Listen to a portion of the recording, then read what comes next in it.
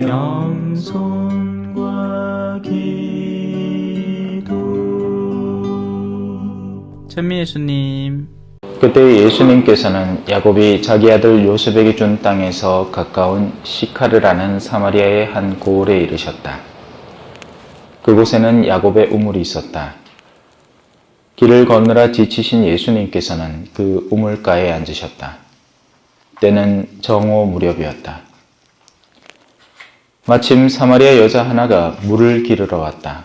그러자 예수님께서 나에게 마실 물을 좀 다오 하고 그 여자에게 말씀하셨다. 제자들은 먹을 것을 사러 고을에 가 있었다. 사마리아 여자가 예수님께 말하였다.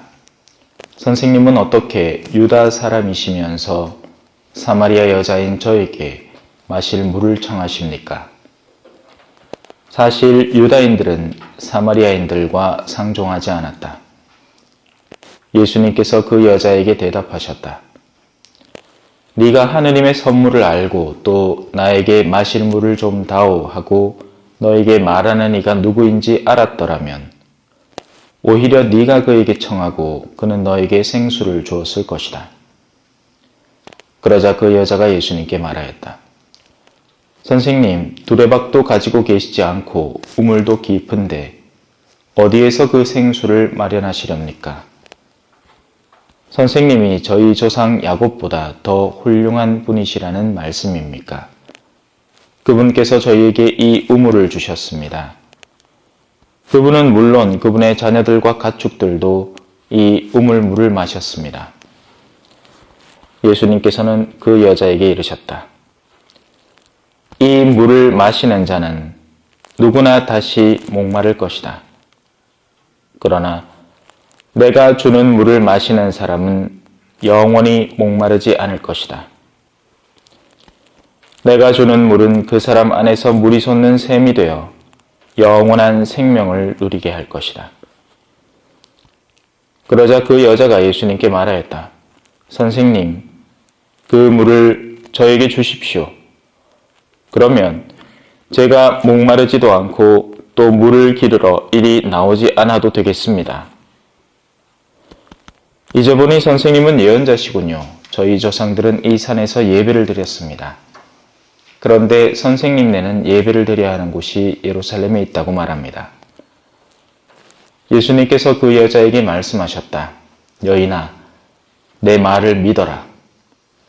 너희가 이 산도 아니고 예루살렘도 아닌 곳에서 아버지께 예배를 드릴 때가 온다.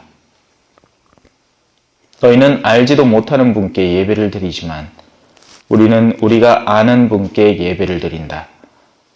구원은 유다인들에게서 오기 때문이다. 그러나 진실한 예배자들이 영과 진리 안에서 아버지께 예배를 드릴 때가 온다. 지금이 바로 그때다. 사실 아버지께서는 이렇게 예배를 드리는 이들을 찾으신다. 하느님은 영이시다. 그러므로 그분께 예배를 드리는 이는 영과 진리 안에서 예배를 드려야 한다. 그 여자가 예수님께 저는 그리스도라고도 하는 메시아께서 오신다는 것을 압니다. 그분께서 오시면 우리에게 모든 것을 알려주시겠지요 하였다. 그러자 예수님께서 그 여자에게 말씀하셨다. 너와 말하고 있는 내가 바로 그 사람이다. 그 고을에 사는 많은 사마리아인들이 예수님을 믿게 되었다. 이 사마리아인들이 예수님께 와서 자기들과 함께 머무르시기를 청하자 그분께서는 거기에서 이틀을 머무르셨다. 그리하여 더 많은 사람이 그분의 말씀을 듣고 믿게 되었다. 그들이 그 여자에게 말하였다. 우리가 믿는 것은 이제 당신이 한 말 때문이 아니오. 우리가 직접 듣고 이분께서 참으로 세상의 구원자이심을 알게 되었소. 주님의 말씀입니다.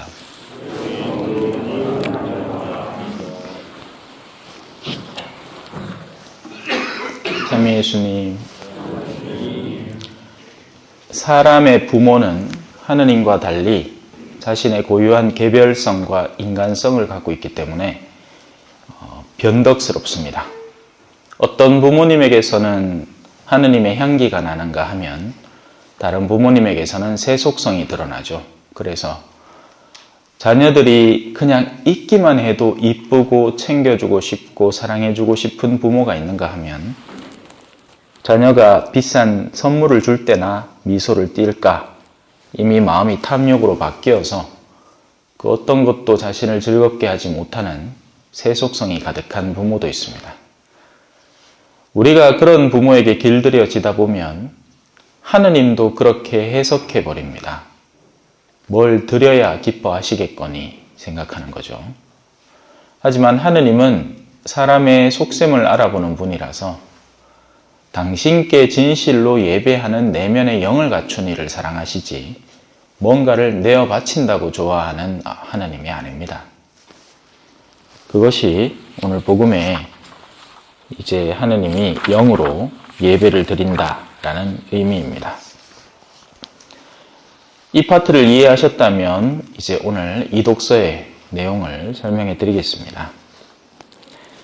우리가 하느님께 나아가는 데 있어서는 5단 묵주기도에서 20단으로 발전시킨다든지 평일 미사를 1회 참석하던 걸 5회를 참석으로 늘린다든지 그냥 그런 숫자를 늘림으로써 그분을 만족시켜 드릴 수 있는 게 아닙니다. 그건 어디까지나 껍데기죠. 마음이 하나도 없는데 그렇게 할 수 있습니다. 전혀 다른 목적을 가지고 그렇게 할 수 있겠죠. 소위 말하는 주변의 위신 때문에 사람들이 나를 어떻게 쳐다볼까? 내가 이 본당에 몸담은 지 벌써 몇십 년이 됐는데 평일 미사도 안 나가면 뭐라고 욕할까? 그러다가 사람들하고 수틀리면 아예 성당 자체를 안 나와버리는 역설적인 상황이 펼쳐지기도 합니다. 마음이 없었단 얘기죠. 누구에게? 하느님에게. 사람을 버릴 수는 있지만 하느님을 쉽게 버릴 수는 없기 때문입니다. 하지만 그는 거꾸로 행동하는 거죠. 사람의 신의는 지키지만 그 사람과의 신의가 틀어지면 하느님을 사정없이 내던져버리는 결과를 보이는 겁니다. 신앙이 없었다는 얘기밖에 안 됩니다. 신앙이 있으면 하느님의 소중함 때문에 어떤 존재가 와서 나를 방해하더라도 그걸 꼭 쥘 것이기 때문이죠. 그런 내면을 갖추기 위해서 우리에게 필요한 것이 향주덕이라는 교회가 전통적으로 가르치는 바입니다. 어르신들은 알 거예요. 어르신들만 아는 게 아닙니다. 믿음, 소망, 사랑이라고 부르는 것. 그 중에 제일은 사랑이다라고 하는 그 내용입니다. 오늘 이 독서에 들어있습니다. 자, 시작은 이렇게 합니다. 믿음으로 의롭게 된다. 앞서 설명드린 그것이 이 한 문장에 담겨 있습니다. 우리가 의롭게 된다 할 때 어떤 것이 의로운 것인가? 우리는 계속해서 우리의 외적 행동을 바꾸면서 의로움을 채워가려고 합니다. 마치 어디 체크리스트가 있어가지고 아침 기도했나, 낮 기도했나, 저녁 기도했나, 옷에 신자들 평화방송에서 나오는 9시 교황님의 지향 기도했나, 또 오후 3시에 자비의 기도했나? 바쁩니다. 바빠요. 엄청 바빠. 이 사람은 누구를 섬기는지 모르겠습니다. 자신의 만족감을 섬기는지도 모르겠습니다. 한다고 바쁩니다. 하지만 우리를 의롭게 하는 것은 그런 행동 리스트가 아니라 우리의 내면에 존재하는 하느님께 대한 굳은 신뢰, 믿음입니다. 다이아몬드가 언제 제일 반짝이는가? 가장 강력한 빛이 있을 때 반짝입니다. 빛이 없으면 지가 아무리 지를 광내고 때 빼고 한다 하더라도 전혀 반짝거리지 않습니다. 우리를 반짝이게 만드는 것은 하느님의 은총이 우리 안에 내재해서 그것이 반사되어 드러날 때 빛을 내는 것이지 우리가 갖고 있는 선이라는 조각들 그걸 암만 빛을 내봐야 반짝이지 않습니다. 자연사물 중에 스스로 빛을 내는 게 있습니다. 그게 이제 방사능이라고 하는 것들이죠. 그래서 옛날에는 사람들이 그걸 굉장히 신기했습니다. 제가 이제 포병이라서 군대에서는 이제 야간에 사격을 해야 되잖아요. 그러면 이 수평계 이런 걸 잘 볼 때 거기에 들어있는 게 방사능입니다. 뭣도 모르고 그거 막 쓰는 거죠. 옛날에는 방사능이 몸에 좋다고 막 마셨대요. 근데 그 방사능 물질이 암만 빛을 낸다 한들 태양만큼 빛을 흉내도 못 냅니다. 그냥 한밤중에 시커멀 때 이게 여기 있구나 하는 정도를 볼 수 있을 뿐이죠. 그거하고 똑같습니다. 사람은 자기가 아무리 영적인 빛을, 영혼의 빛을 내려고 흉내를 내봐야 하느님 근처도 못 갑니다. 우리는 믿음을 올바로 지닐 때, 하느님을 진정으로 신뢰할 때, 그때 빛을 내기 시작합니다. 하지만 어쩐답니까? 적지 않은 이들이 자신의 힘을 신뢰하고, 자신이 가진 지갑을 신뢰하고, 자신이 가진 세력을, 권력을, 이 동네에서의 힘을, 자신가 가진 명예를, 지금까지 구축해온 그 모든 것들을 신뢰함으로써 어떻게 됩니까? 너무나 자연스럽습니다. 인간은 하나의 그릇이거든요. 거기에 내가 채워넣은 것이 있으면 다른 것이 못 들어옵니다. 내가 나를 비울 때야 비로소 다른 이가 거기에 뭐라도 넣을 수 있죠. 내가 나 자신으로 가득 차 있을 때 하느님은 절대 나의 내면에 들어오지 않습니다. 들어올 자리가 없거든요. 그것이 인간이 가진 자유라는 힘입니다. 철저히 하느님을 배격할 수 있는 힘. 그러면서도 자신이야말로 하느님을 가장 신뢰하고 있다고 착각할 수 있는 힘. 그것이 대제사장들과 바리사이들과 율법학자들이 갖고 있던 힘이었죠. 그들은 하느님을 사랑하지 않았습니다. 그래서 하느님의 아들을 죽여버렸죠. 그러나 스스로는 가장 완전하고 온전한 신앙의 태도를 갖고 있다고 확신했던 겁니다. 큰 착각이죠. 자, 이 믿음은 우리에게 의로움을 선물해 줍니다. 의로움을 어디서 얻는가? 라고 누가 묻는다면 우리는 믿음을 통해서 얻을 수 있다. 여기에서 개신교 신자와 가톨릭 신자가 미묘하게 갈립니다. 왜냐하면 개신교 신자는 오직 믿음이라는 이 구호를 외치기 때문이죠. 믿기만 해라. 그래, 너가 뭐 어디 허튼 짓 해서 돈 많이 벌었나? 야, 교회 와갖고 통성기도 안 바치고, 얼마 다 된다. 믿기만 해라. 입으로 믿음만 고백하면 네가 뭔 짓거리를 하더라도 다 구원받는다. 하지만 우리는 다르죠. 믿음이 있다면 그 믿음은 실천적인 태도로 드러나야 합니다. 실행이 없는 믿음은 어떤 믿음이다? 야고보 사도는 얘기하죠. 죽은 믿음이라고 합니다. 믿는다 하면서 계속해서 새 속에 푹 절어져 있는데 그걸 어떻게 믿는다 하겠습니까? 그건 믿지 않는 삶이죠. 입만 산 믿음이죠.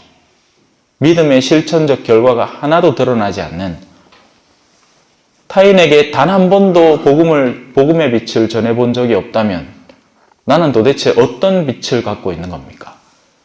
등자는 자연스럽게 등경 위에 올려놔서 다른 사람들이 보게 만들고 다른 이들이 빛을 보고 그 빛의 혜택을 입도록 만듭니다. 나 혼자 갖고 있는 빛이 뭔 놈 빛이에요? 그럼 빛이 아니죠. 이 믿음 덕분에 우리는 그리스도를 통하여 우리가 서 있는 이 은총 속으로 들어올 수 있게 되었습니다. 초전 성당의 역사를 가끔씩 들을 때가 있습니다. 그러면 이제 귀에 쏙쏙 들어오는 몇몇 분들이 계세요. 뭐 어떤 옛날의 공소회장님이 정말 사람들에게 신앙의 빛을 정말 잘 전했다느니 이런 이야기들입니다. 그래요. 왜 오늘날은 그런 이야기가 잘 안 들릴까요? 마치 진한 잉크가 물에 똑 떨어지면 처음에는 그 진한 성질을 갖고 있습니다. 그런데 물이 계속 첨가되고 추가되면 그 농도가 흐릿해지는 것과 같습니다. 믿음도 마찬가지입니다. 믿음도 처음에는 뜨거운 성질을 갖고 있다가 새 속성을 만나고 안락한 신앙에 젖어들기 시작할 때 우리는 갈수록 흐릿해지는 믿음의 잉크를 갖게 되는 겁니다. 그럴 때일수록 우리는 우리를 더 다져서 그 잉크의 농도를 진하게 만들 수 있도록 해야 됩니다. 소금은 짠맛을 잃으면 아무짝에도 쓸모가 없기 때문입니다. 자, 믿음은 그렇게 중요한 겁니다. 우리를 의롭게 만들고 성화시키는 거죠. 은총으로 더 끌어당깁니다. 사람이 생활할 수 있는 삶 속에도 믿음이 필요합니다. 믿으니까 물건을 주고 사고 팔고 하는 거죠.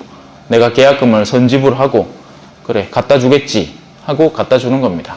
하지만 우리가 갖고 있는 믿음은 이 일상의 영역을 초월해서 하느님과의 관계 속에서 이 믿음이 비로소 빛을 발하기 시작합니다. 그걸 은총이라고 합니다. 사람은 세속의 힘에만 기대는 게 아니라 하느님께서 내 뒤를 받쳐주시리라. 심지어는 세속의 힘이 아무것도 없는데도 어떤 사람이 기대하고 있는 바가 있다면, 왜냐하면 그 사람은 믿기 때문입니다. 자, 그렇게 해서 믿음이라는 걸 다져놨습니다. 믿음은 이제 가장 근간이 되어야 되겠죠. 자, 믿음이라는 발판 위에 서기 시작한 사람, 자기가 있는 곳이 점점 어디 빠져들고 허우적대는 혼돈과 난해함이 아니라 이 복잡다단하고 오히려 우리를 혼돈스럽게 만드는 이 세상이야말로 우리를 빠져들게 하는 늪이고, 우리가 믿음이라는 근간 반석 위에 서 있다는 것을 이해한 사람은 비로소 눈을 들 수 있습니다. 눈을 들면 영원히 보이죠. 이 사람은 더 이상 세속의 희망에만 매달리지 않습니다. 내가 얼마를 벌어서 어떻게 해서 자식들한테 얼마를 남겨주고 어떻게 생을 마무리하겠다. 얼마나 어리석은 생각입니까? 그죠? 이 어리석은 자야, 내일 너의 목숨을 앗아갈 것이다. 그러니 네가 그동안 모으고 쌓은 것은 누구 차지가 되겠느냐? 하지만 이들에게는 그런 것이 보이지 않습니다. 하느님이 당신에게 어떤 계획을 품고 있는지가 보이지 않습니다. 그래서 세속 안에서의 삶만이 보일 뿐입니다. 어떻게 해서든 이걸 더욱더 충만히 만들고 더욱 다져서 내 손아귀에 쥐려고 합니다. 하지만 쥐면 쥐려고 애를 쓸수록 빠져나가는 것만 보입니다. 하느님은 힌트를 주는 거죠. 하지만 이는 깨닫지 못합니다. 아, 내가 능력이 부족해서 그렇구나. 더 했어야지. 더 노력해야지. 가뜩이나 기도할 시간도 부족한데 기도 시간을 더 줄이고 성당 나올 시간은 더 줄여서 자신의 세속적 활동을 더 왕성하게 하려고 애를 씁니다. 그만큼 위험도도 더 높아지죠. 하루에 운전을 2번 하던 걸 5번씩 하니 사고의 위험도 더욱 높아집니다. 어느 날 훅 가는 거죠.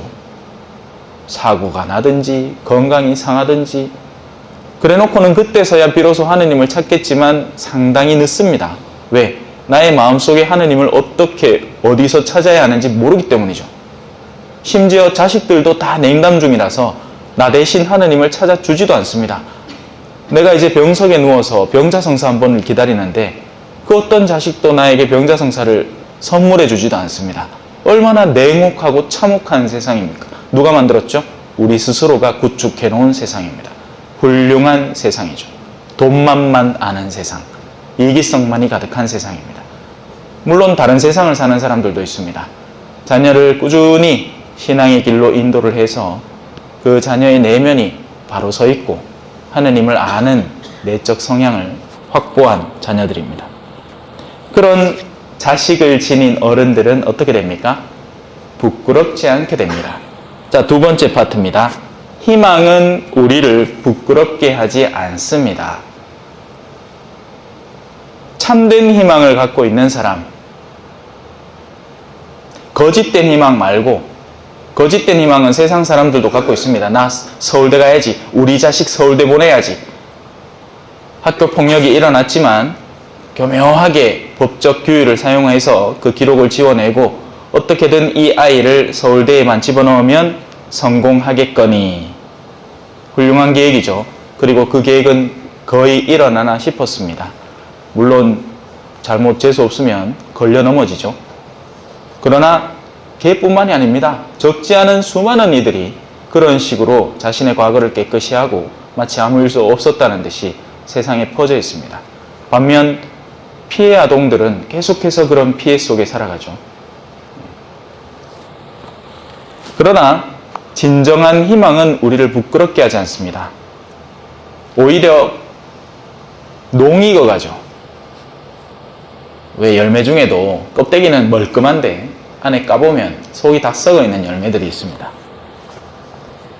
어떤 때 냉장고에서 뭐 하나 먹겠다고 이제 가득 넣어 놓은 거를 이제 한 개 떠 꺼내서 까보면 뭐 대부분은 다 맛있게 익어 있지만 어떤 것들은 익었다고 생각했는데 까보면 속이가 썩어 있습니다.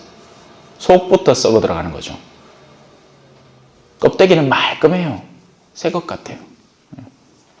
요즘 사람들 성형을 얼마나 잘하고 화장을 얼마나 잘하는지 껍데기는 예쁩니다. 어른들도 이뻐요. 근데 뭐 어른들이 이뻐봐야 어른이지, 그죠? 어른이라는 말도 듣기 싫어합니다. 노인이라는 단어를 싫어해요. 자기가 젊대요.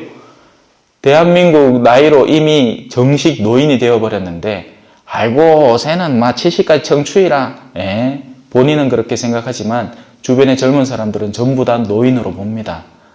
피할 수 없는 현실이에요.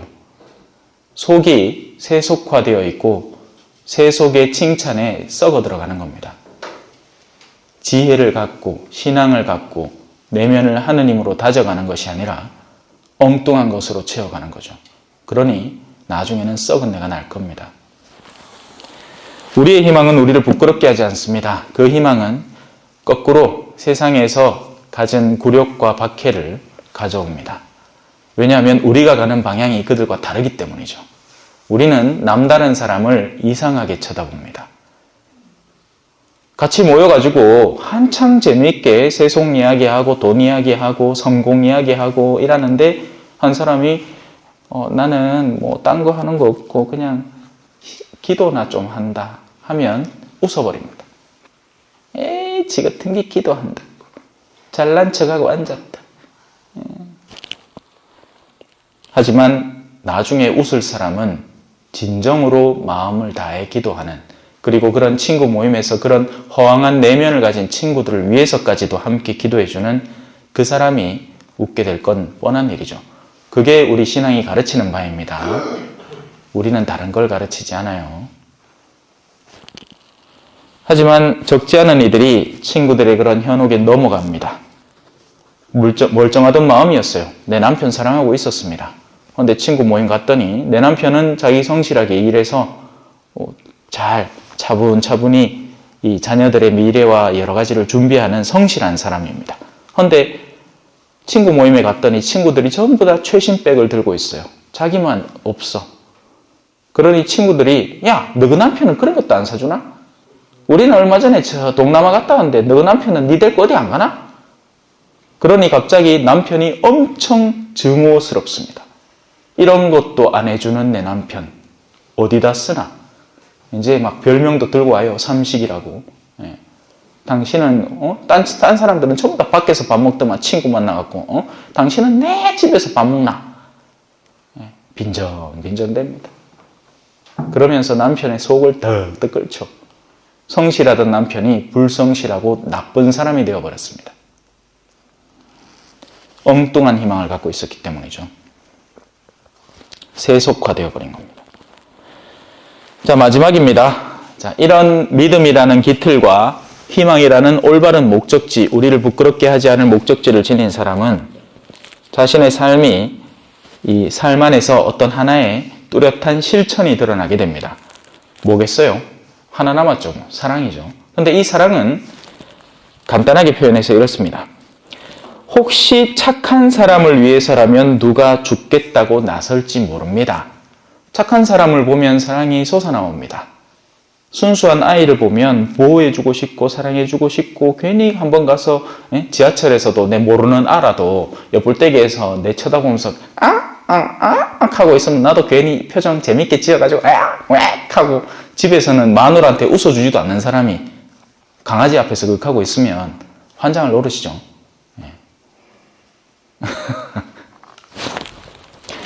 그래요. 우리는 이쁜 거 보고 사랑스러운 거 보고 착한 사람이 다치는 거 보면 못 참습니다.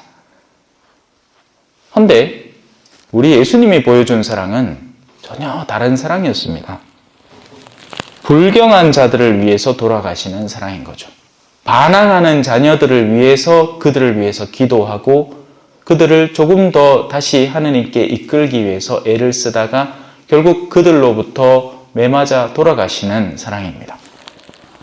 우리가 아직 죄인이었을 때 그리스도께서 우리를 위하여 돌아가셔서 하느님께서는 우리에 대한 당신의 사랑을 증명해 주신 거죠. 이런 사랑이 향주덕 안의 사랑, 신적인 사랑입니다.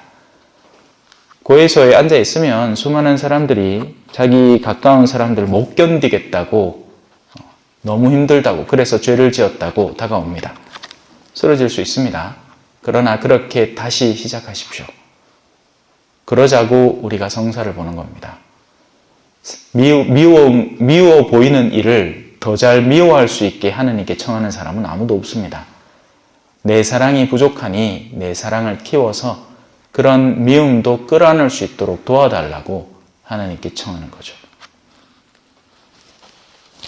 오늘 화답송입니다. 주님 목소리에 귀를 기울여라. 너희 마음을 무디게 하지 마라. 아멘. 찬미 예수님, 겸손과 기도.